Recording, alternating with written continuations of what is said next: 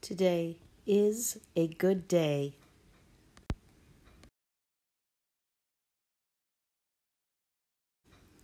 If you are not willing to learn, no one can help you.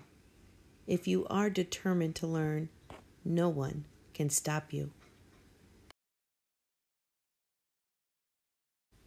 The Legend of Bluebonnet, an Old Tale of Texas by dePaola.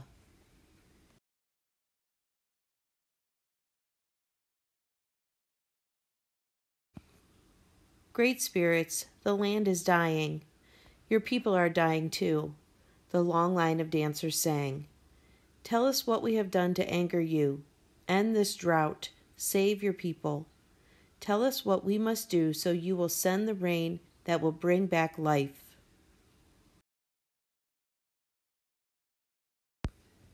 For 3 days, the dancers danced to the sound of the drums, and for 3 days, the people called Comanche watched and waited. And even though the hard winter was over, no healing rains came.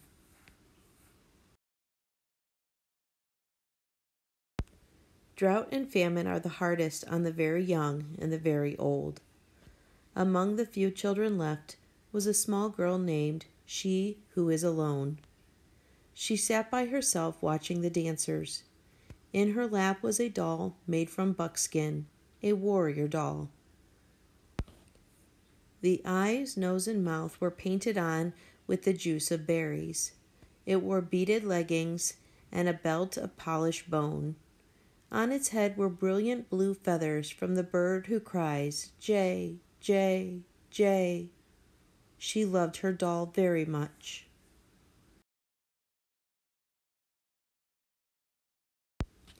Soon, She Who Is Alone said to her doll, The shaman will go off alone to the top of the hill to listen for the words of the great spirits.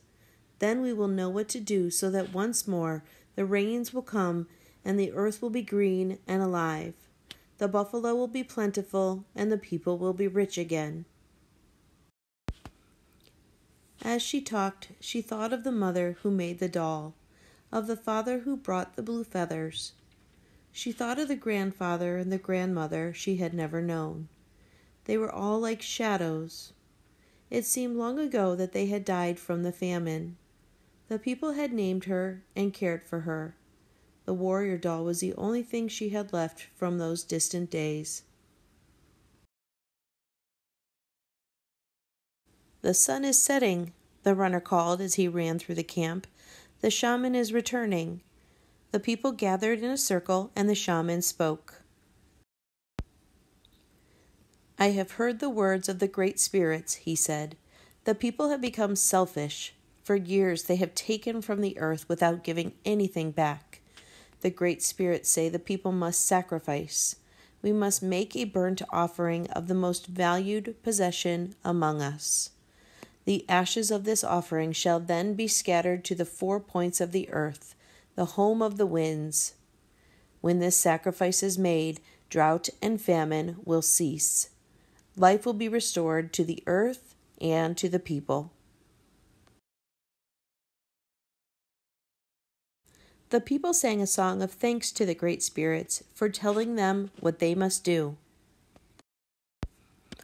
I'm sure it is not my new bow that the great spirits want, a warrior said.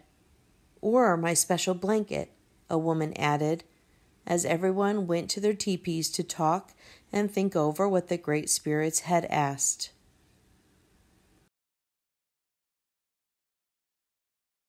Everyone, that is, except She Who Is Alone. She held her doll tightly to her heart.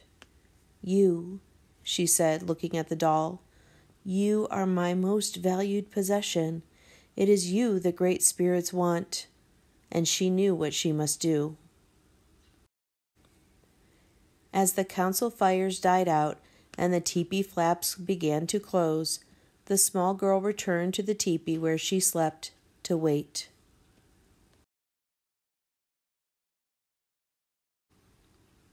The night outside was still, except for the distant sound of the night bird with the red wings. Soon everyone in the teepee was asleep, except She Who Was Alone. Under the ashes of the teepee fire, one stick still glowed. She took it and quietly crept out into the night.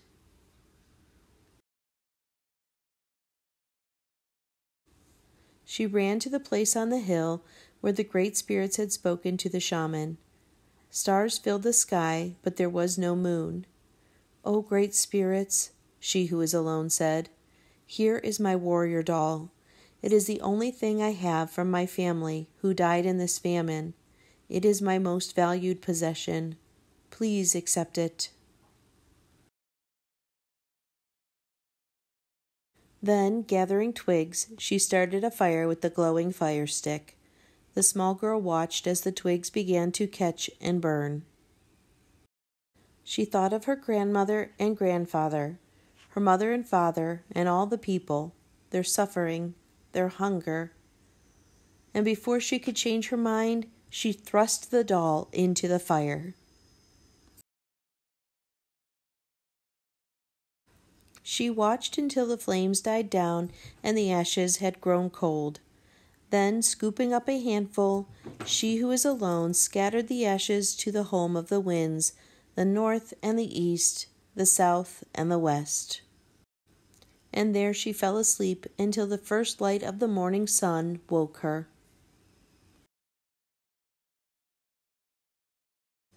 She looked out over the hill, and stretching out from all sides where the ashes had fallen, the ground was covered with flowers, beautiful flowers, as blue as the feathers in the hair of the doll, as blue as the feathers of the bird who cries, "Jay, Jay, Jay."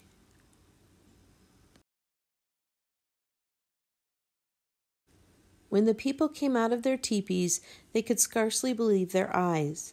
They gathered on the hill with she who is alone to look at the miraculous sight.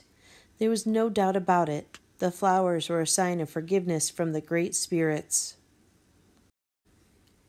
And as the people sang and danced their thanks to the great spirits, a warm rain began to fall, and the land began to live again. From that day on, the little girl was known by another name, one who dearly loved her people.